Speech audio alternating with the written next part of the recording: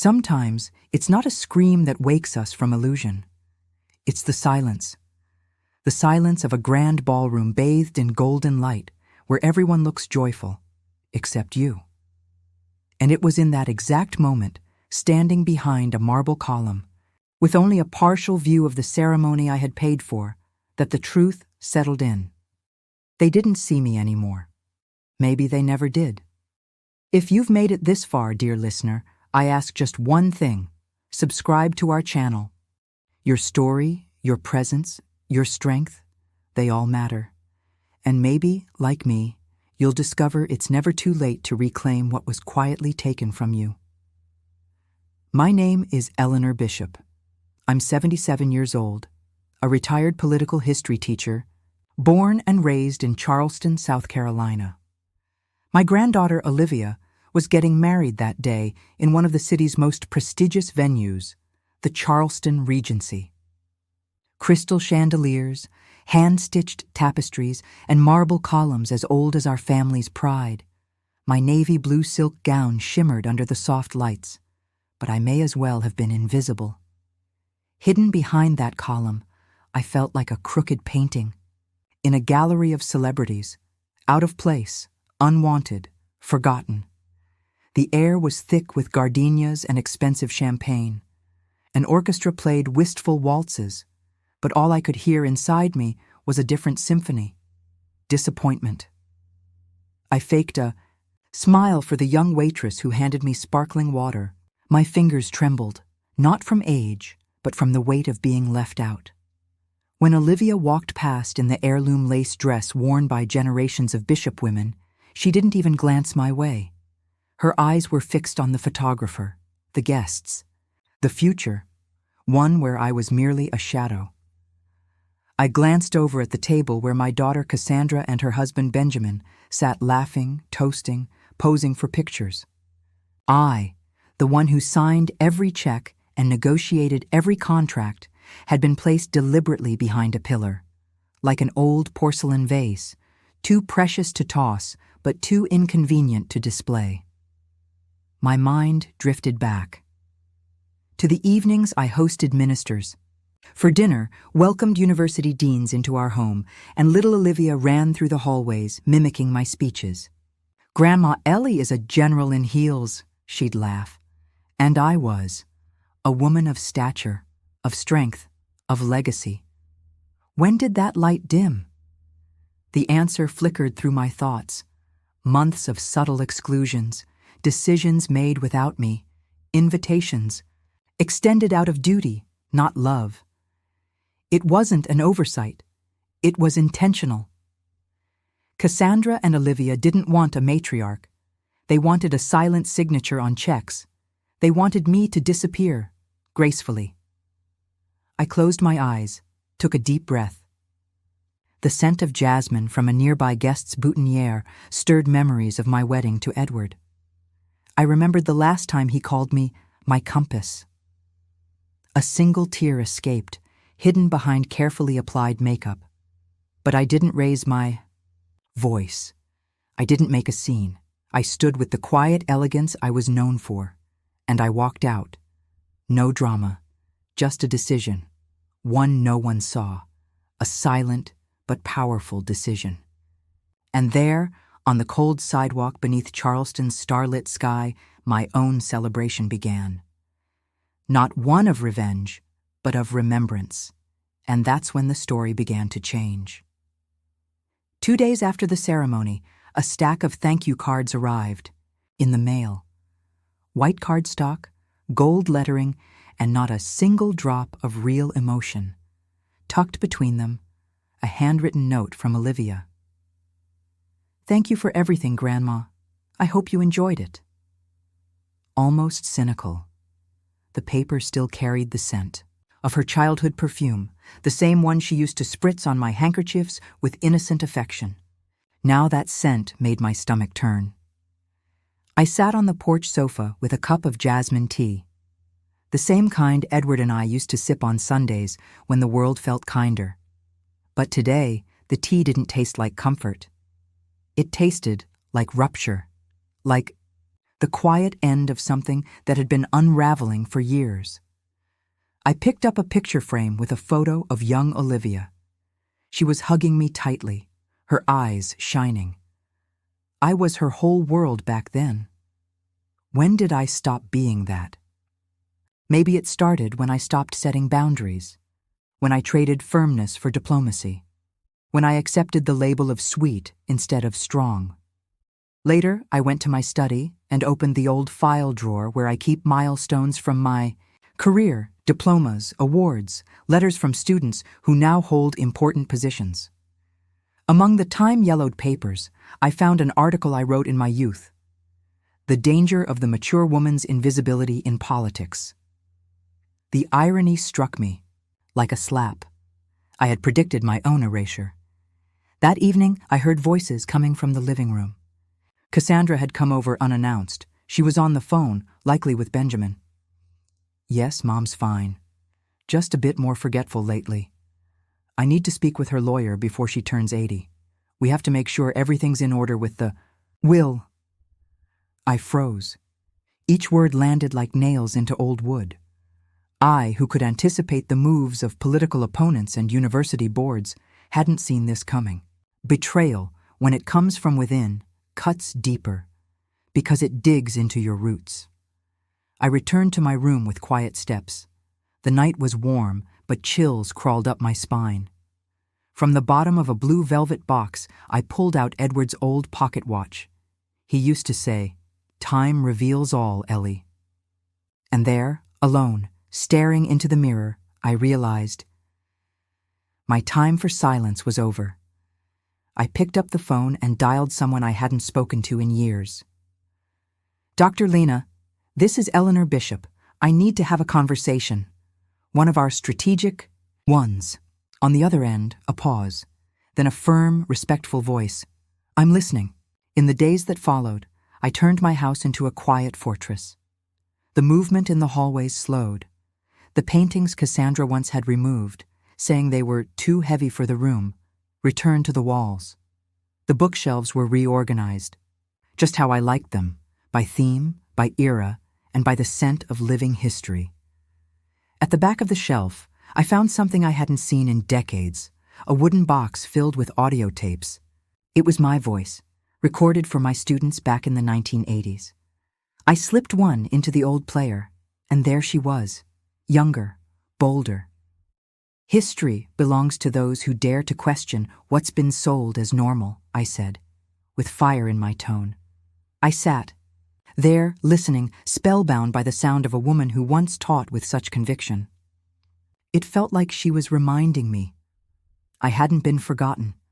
I had simply strayed from myself. Dr. Lena visited that afternoon. She arrived with a dark leather folder, a steady gaze, and the kind of quiet respect that only comes from knowing what it means to be underestimated for growing older. We sat in the back garden, surrounded by the lavender Edward and I once planted together. The sweet scent carried a stillness, the kind that only comes before change. "Are you sure about this, Ellie?" she asked, opening the folder. "This will change everything." I nodded slowly. "I'm sure. If I don't make the changes now, they'll rewrite my story for me." We spent hours reviewing paperwork. I revoked authorizations, restructured accounts, wrote new clauses.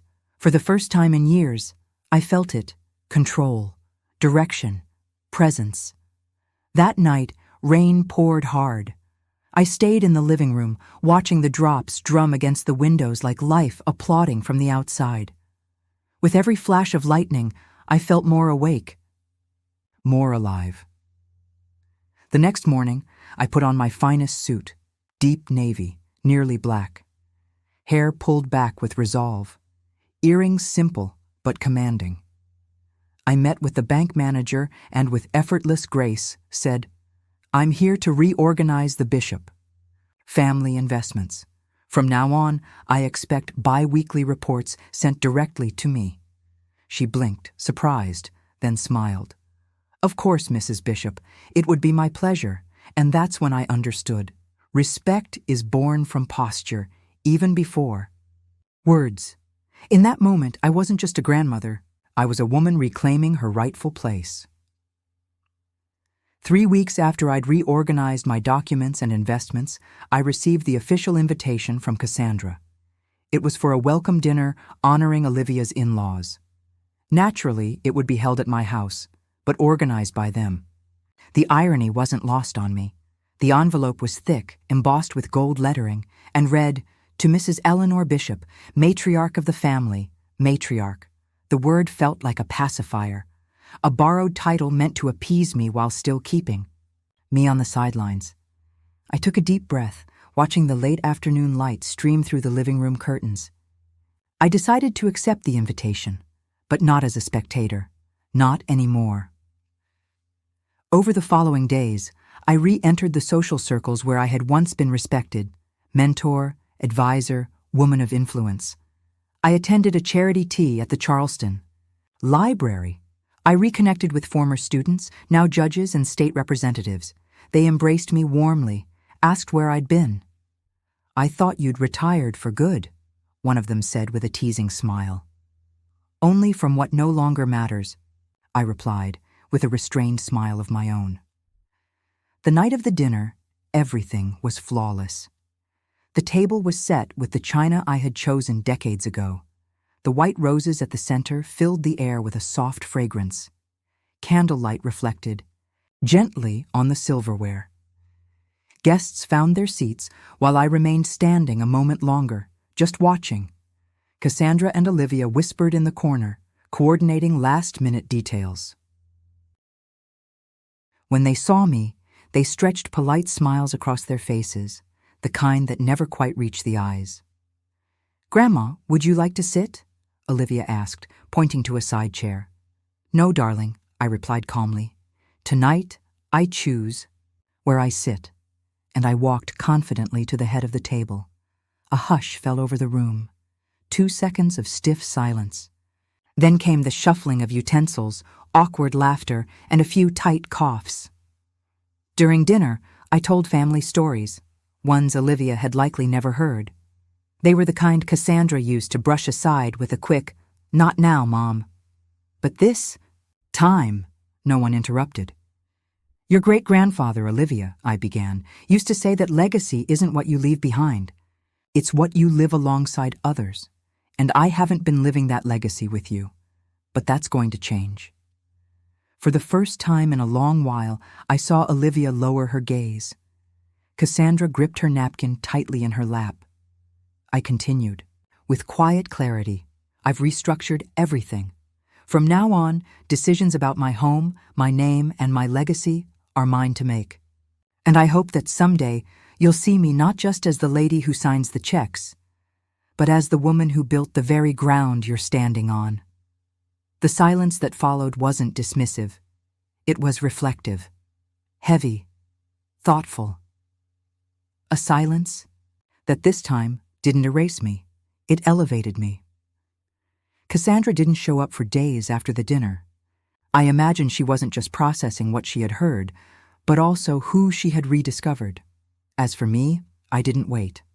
I moved forward with decisions that had been taking shape for months, perhaps even decades. I began gathering quiet allies. People who had once crossed my path during my years on the city council, at the university, in the Southern Women Leaders Committee. Most of them now held positions of influence. Some, like me, were rediscovering the strength that age offers when you stop bowing to silence. I sent out personalized invitations for an afternoon tea at my home. Nothing extravagant, just enough to rekindle old bonds, share intentions, and plant new ideas. At the top of the guest list, Ruth Delgado, a retired judge and a fiercely loyal friend. She arrived precisely on time, her silver hair in a perfect bun, and a gaze that still carried weight. "Is Eleanor Bishop back in the game?" she asked, a smile playing in her eyes. "I never left, Ruth. I was just reading between the lines." In silence. As the glasses clinked and conversations bloomed, I noticed Olivia standing quietly at the edge of the porch. She had arrived earlier to drop off an envelope with photos from the wedding. But she stayed, leaning against the doorframe, watching. After the guests had gone, she approached me. "Grandma, that was impressive. You seemed like a different person." "No, sweetheart," I said softly. "I just stopped pretending to be less than I am." She fell silent, staring down at her hands. I'm sorry for how everything turned out." I watched her for a moment. There were no tears, no dramatic pleas for forgiveness, just a quiet sincerity. A small crack in the polished surface of pride. "Maybe now," I said, gently but firmly, "you can begin to understand the worth of a whole woman, Olivia, not just the convenient grandmother you tried to tuck away." She nodded, and for the first time in what felt like years, she hugged me, not just seeking forgiveness, but something deeper, understanding. There was still a long road ahead, but something had begun to shift, and this time it was visible. In the days following that, a quiet transformation settled into every corner of my home. It wasn't just in the way I walked, straighter, more deliberate, nor in the longer glances I gave the mirror, not seeking youth, but seeking coherence. It was deeper, as if layers that had been suffocating me for years were finally peeling away. I began dedicating my mornings to writing. In the past, I published academic essays. Now I felt a deep urgency to write about what is unseen, the quiet layers of silencing that come with age, and the strength women gather silently over time. My old typewriter came back to life, and with it, so did my voice. Olivia started visiting. More often, sometimes in silence, sometimes full of questions. I saw it in her eyes, the quiet discomfort of someone realizing they hadn't just inherited a name, but an emotional debt as well. One afternoon, she walked in with a notebook and sat across from me. "Grandma, would you mind if I recorded our conversations?" she asked, hesitant. "For what?" I asked, raising an eyebrow with a curious smile.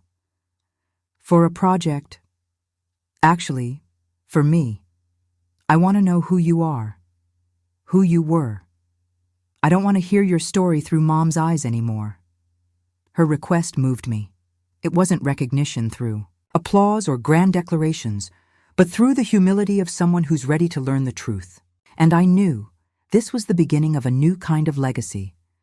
Cassandra, on the other hand, kept her distance. Her presence came in the form of cards, strategically timed flower deliveries, dinner invitations she knew I would decline. I understood. The game. No matter how much my shift unsettled her, she wasn't yet ready to dismantle the structure she had built in my shadow. Until one morning, an envelope arrived bearing the crest of Olivia's former school. Inside was a formal invitation. The Eleanor Bishop Foundation for Women's Leadership would be launching the following month. Conceived by Olivia, funded by me, but more than anything, fueled by something that cannot be broken, the passing. Of worth from one generation to the next, I cried. Not from shallow emotion, but from a sweet sorrow. The kind you feel when you realize you won't live to see all the fruit, but you've lived long enough to see the seed sprout. On the day of the launch, I wore blue, just like I did that wedding day. But this time, I didn't hide behind any columns. Olivia called me to the stage, and with a steady voice before the audience, she said, "Everything I am and everything I hope to become is the result of a woman who refused to disappear when others tried to erase her." The auditorium erupted in applause, but I didn't hear it. What I heard was a whisper from memory, Edward's voice. "You were always 3 steps ahead, Ellie. You just needed to remember." That night, I came home wearing the family brooch on my chest. And when I stepped into my bedroom, I no longer saw an old woman alone before the mirror. I saw a whole woman, scarred, yes, but unbroken. And for the first time in years, I knew my story was finally being told the right way. Autumn arrived like a whisper of renewal. Golden leaves began to blanket the front path of my home, and the crisp morning air carried a kind of silence that wasn't absence, but presence. The presence of time lived with awareness. The foundation Olivia had created was beginning to gain recognition in educational and political circles. And for the first time, I felt my legacy was breathing outside the walls of my last name. Weekly. Meetings with the project team became a new rhythm in my life.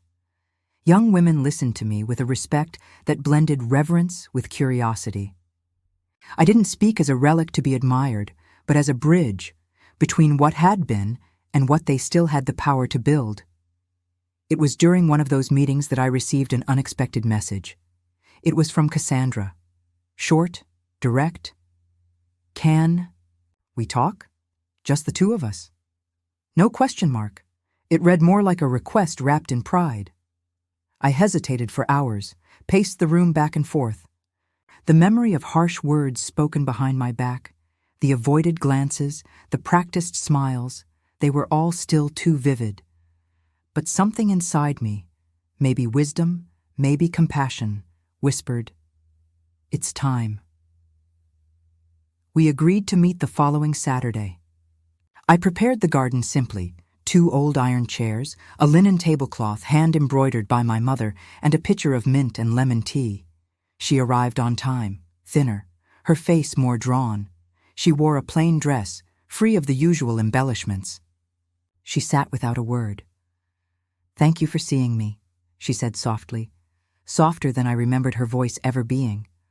I nodded, pouring the tea into our cups. "Olivia told me about the project, and what you've been doing. I don't even know where to begin." I looked at her calmly, but with the quiet strength I'd earned. "Start with what you've been carrying in silence," I said. "That's often where the most important truths are waiting." She inhaled deeply. Her eyes welled up, but she didn't cry. "I was wrong, Mom. I was wrong to minimize your role. Wrong to let convenience replace respect. I thought that by controlling everything, I could keep the family stable. But all I did was push you away. You didn't deserve that seat behind the column. No one deserves to be erased from their own story." A soft breeze swept through the garden, gently dropping a loose leaf onto the table between us, like a comma in a sentence that had gone on too long. I took a slow sip of tea before replying.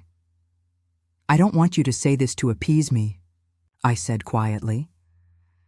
"I want you to say it because you mean it, because you understand it. Forgiveness isn't a reward, it's a path, and I've made peace with mine. Now it's up to you to decide which road you'll take next." Cassandra nodded. Her eyes lowered, and there, in that garden surrounded by old trees and long-buried silences, we took the first step toward a new way of seeing each other. Not just as mother and daughter trapped in assigned roles, but as 2 women learning, even late in life, to recognize in one another what had always been there: strength, vulnerability, humanity. The morning after my conversation with Cassandra brought an uncommon calm.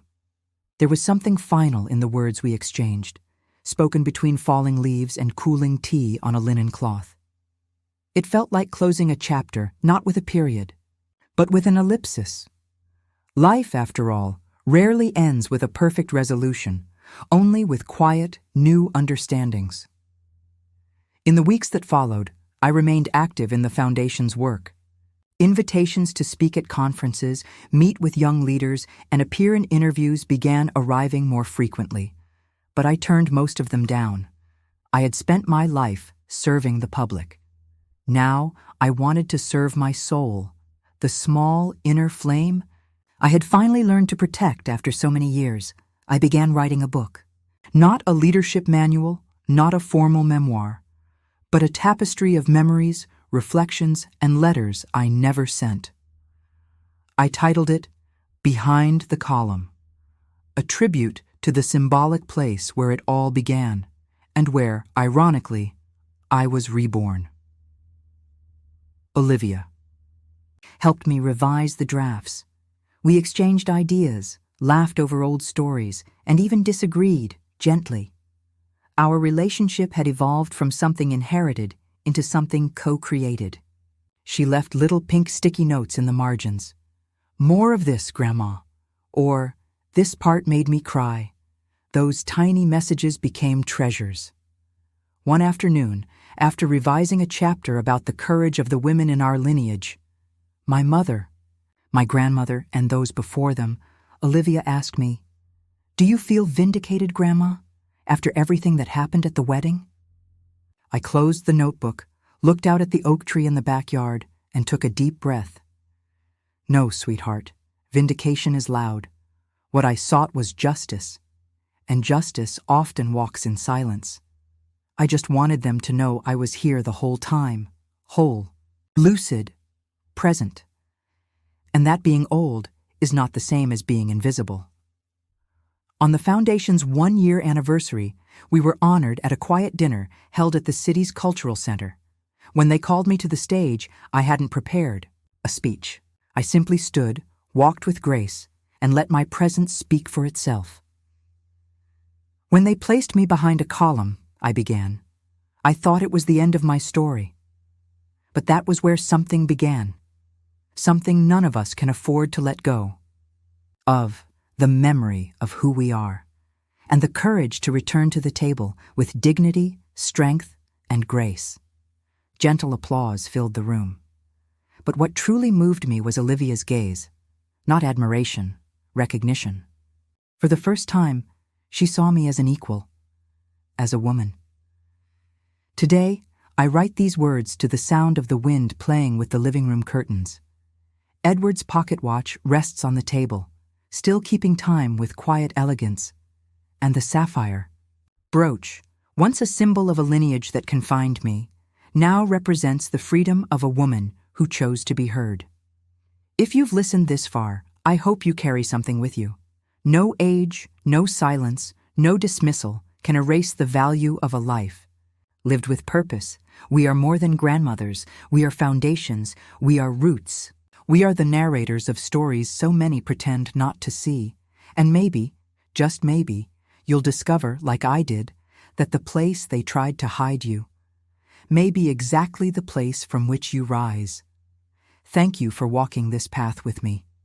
If this story touched your heart, please subscribe and share, because there are many of us hidden behind columns, waiting to remember we still know how to rise.